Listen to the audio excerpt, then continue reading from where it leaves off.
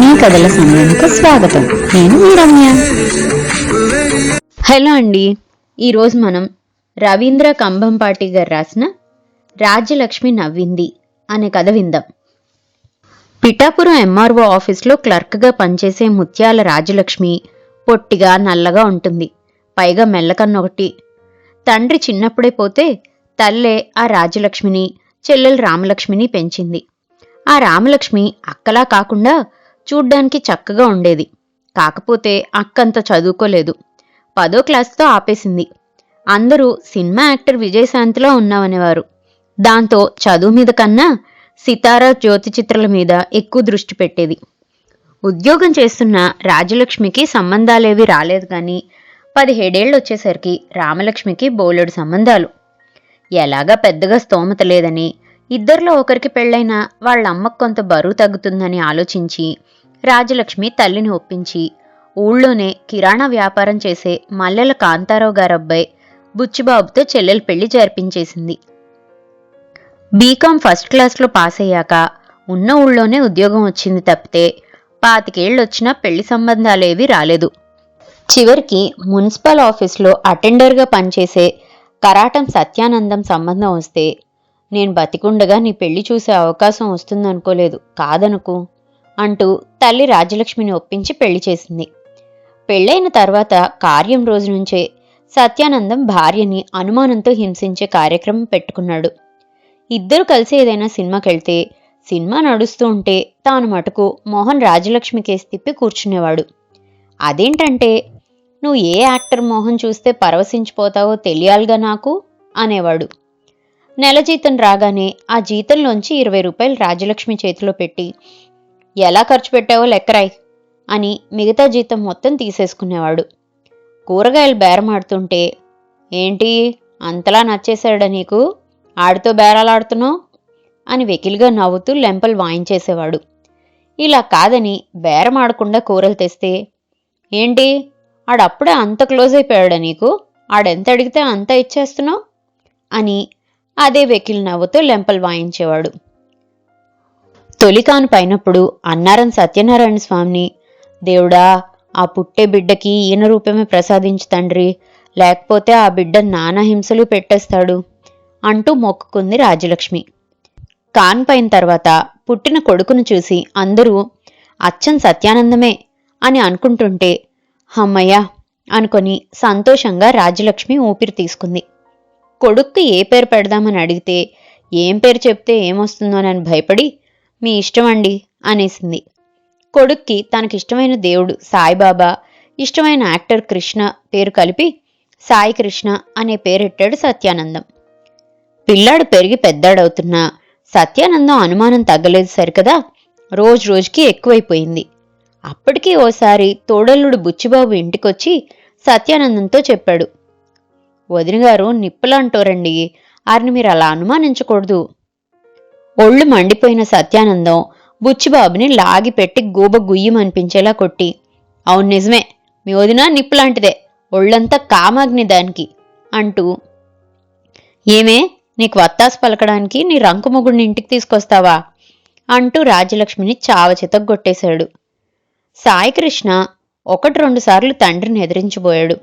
కాని ఆ ఎఫెక్టు తిరిగి తల్లికి తగులుతుండడంతో నోరు మూసుకొని ఊరుకునేవాడు. ఓసారి మున్సిపల్ ఆఫీసర్ కాండ్రేగుల సాంబమూర్తి గారు వైజాగ్ క్యాంపుకని సత్యానందాన్ని తోడు తీసుకెళ్తే, బావగారు ఊరెళ్ళాడన్న సంగతి తెలుసుకొని రామలక్ష్మి ఇంటికొచ్చేసి, అమ్మయ్య ఇన్నాళ్లకి నీకో రోజు స్వాతంత్రం వచ్చింది, పద ఊళ్ళో విజయశాంతి కొత్త సినిమా ఇంద్రుడు చంద్రుడు వచ్చింది, నేనప్పుడే 5 సార్లు చూసేశాననుకో, ఇవాళ ఆఫీస్కి సెలవు పెట్టి మార్నింగ్ షోకి వెళ్ళిపోదాం అని సాయికృష్ణన్ కూడా అడిగితే, వాడు నేను స్కూల్కి వెళ్ళి బాగా చదువుకోవాలి అంటూ స్కూల్కి వెళ్ళిపోయాడు. రామలక్ష్మి మరీ బలవంతం పెట్టేసరికి ఆఫీస్లో ఒక హాఫ్ డే లీవ్ పడేసి చెల్లెలతో మార్నింగ్ షోకి సౌగంధి టాకీస్కి వెళ్ళింది. సినిమా మధ్యలో ఎవరో వెనక నుంచి జడపట్టి లాగేసరికి ఉలిక్కిపడి వెనక్కి చూసిన రాజలక్ష్మికి వెనక సీట్లో కూర్చుని కోపంగా చూస్తున్న సత్యానందం కనిపించాడు. అతడిని చూడగానే భయమేసి రామలక్ష్మి అట్నుంచటే వాళ్ళింటికి పారిపోయింది. సినిమా అవని నీ పని చెప్తా అని సత్యానందం అనేసరికి బిక్క చచ్చిపోయిన రాజ్యలక్ష్మికి ఆ తర్వాత సినిమా అసలేమీ ఎక్కలేదు. సినిమా నుంచి అట్నుంచటే రాజ్యలక్ష్మిని ఎంఆర్ఓ ఆఫీస్కి తీసుకునెళ్ళి ఎంఆర్ఓ కనకరాజు గారి దగ్గరికెళ్ళి, ఇదేనా సార్ మీ ఉద్యోగుల చేత పనిచేయించే తీరు? ఏదో బుద్ధిగా పనిచేసుకుంటుందని మా ఆవిడ్ని మీ ఆఫీస్కి పంపితే తనేమో ఆఫీస్ ఎగ్గొట్టి మార్నింగ్ షోలకు తిరుగుతుంది. మీ వల్ల అయ్యే పని కాదులేండి గాని నేనే దాని మీద ఒక కన్నేసి ఉంచుతాను. ఎందుకైనా మంచిది మీరు కూడా ఓసారి మీ ఇంటికెళ్ళి చూసుకోండి. మీ ఆవిడ కూడా ఏ మ్యాట్నికో చెక్కేసి ఉంటుంది అంటూ సత్యానందం గొడవ పెట్టేసరికి రాజ్యలక్ష్మికి తల కొట్టేసినట్లయింది. కనకరాజు గారికైతే మతిపోయింది. ఆడపిచ్చి ఉన్న తానే ఎప్పుడూ అనాకారిగా ఉన్న ఈ అమ్మాయిని పట్టించుకోలేదు. అలాంటిది వీడికి ఈ అమ్మాయి మీద అనుమానమా? ఏమైనా పిచ్చే వీడికి అనుకున్నాడు ఆయన. ఆ తర్వాత ప్రతిరోజు తాను ఆఫీస్లో ఉండగా ఎవరో తనని పరిశీలిస్తున్నట్లు అనిపించి తల తిప్పి చూస్తే ఏ తలుపు పక్కనో కిటికీ పక్కనో నక్కి తనకేసే పరిశీలనగా చూస్తున్న సత్యానందం కనిపించేవాడు. ఇన్ని బాధలెడుతున్నా రాజ్యలక్ష్మికి కొంతలో కొంత సంతోషం అనిపించే విషయం ఏంటంటే కొడుక్కి మటుకు ఏ లోటు చేసేవాడు కాదు సత్యానందం. వాడేం కావాలన్నా కొనిపెట్టి ఏం చదువుకుంటానన్నా చదివించాడు. దాంతో తల్లిని పట్టించుకోవడం మానేశాడా సాయికృష్ణ. ఏం అవసరం వచ్చినా తండ్రికే చెప్పుకునేవాడు. ఆ తర్వాత సాయికృష్ణకి 10వ క్లాస్లోనూ ఇంటర్లోనూ జిల్లా ఫస్ట్ రావడంతో సత్యానందం చాలా సంతోషపడిపోయాడు. పై చదువుల కోసం సాయికృష్ణ వైజాగ్ వెళ్ళిపోయిన తర్వాత ఇంట్లో ఒంటరి వాడైపోయిన సత్యానందం ఆ కోపం అంతా రాజలక్ష్మి మీద చూపించేవాడు. ఇద్దరికీ 50 ఏళ్లు దాటాయి, మీకింకా అనుమానం ఏంటండి అని ఒకరోజు రాజ్యలక్ష్మి తెగించి అడిగితే, ఏంటి నోరులేస్తుంది? అమెరికాలో ఆవిడెవరో 60 ఏళ్లకు పెళ్లి చేసుకుందట. నీకు 70 ఏళ్ళొచ్చినా నీ మీద నాకు అనుమానం తగ్గదు అని ఆ రాజ్యలక్ష్మిని గోడకేసి కొట్టేశాడు. చదువు పూర్తయి పిఠాపురం వచ్చిన సాయికృష్ణ, నాన్నగారు మీరింకా ఈవిడతో ఎన్నాళ్ళుంటారండి, నా దగ్గరకు వచ్చేయండి, మనిద్దరం హాయిగా ఉందాం అంటూ తండ్రిని తనతో వైజాగ్ తీసుకెళ్ళిపోయాడు. అతనికి అక్కడే ఉద్యోగం వచ్చిందట. ఆయన ఎలాగా నన్ను పట్టించుకోలేదు, తన కడుపున పుట్టి వీడు నన్ను పట్టించుకోలేదు, తన ప్రాప్తం అంతేనని సరిపెట్టుకుంది రాజలక్ష్మి. 2 నెలల తర్వాత ఉదయాన్నే వచ్చాడు సాయికృష్ణ.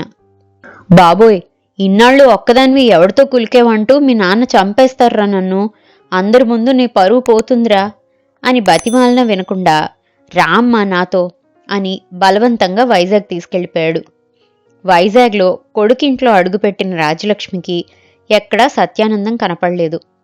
మీ నాన్నగారేరి అని అడిగితే నవ్వేసి ఊరుకున్నాడు తప్పితే జవాబు చెప్పలేదు.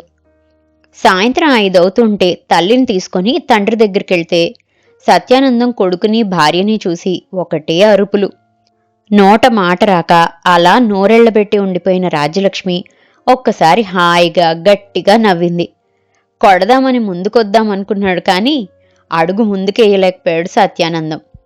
ఆమెకి మెల్లకన్ను కావడంతో తనకేసి చూసి వెటకారంగా నవ్వుతుందో లేక కొడుక్కేసి చూసి సంతోషంగా నవ్వుతుందో అర్థం కాలేదు సత్యానందానికి.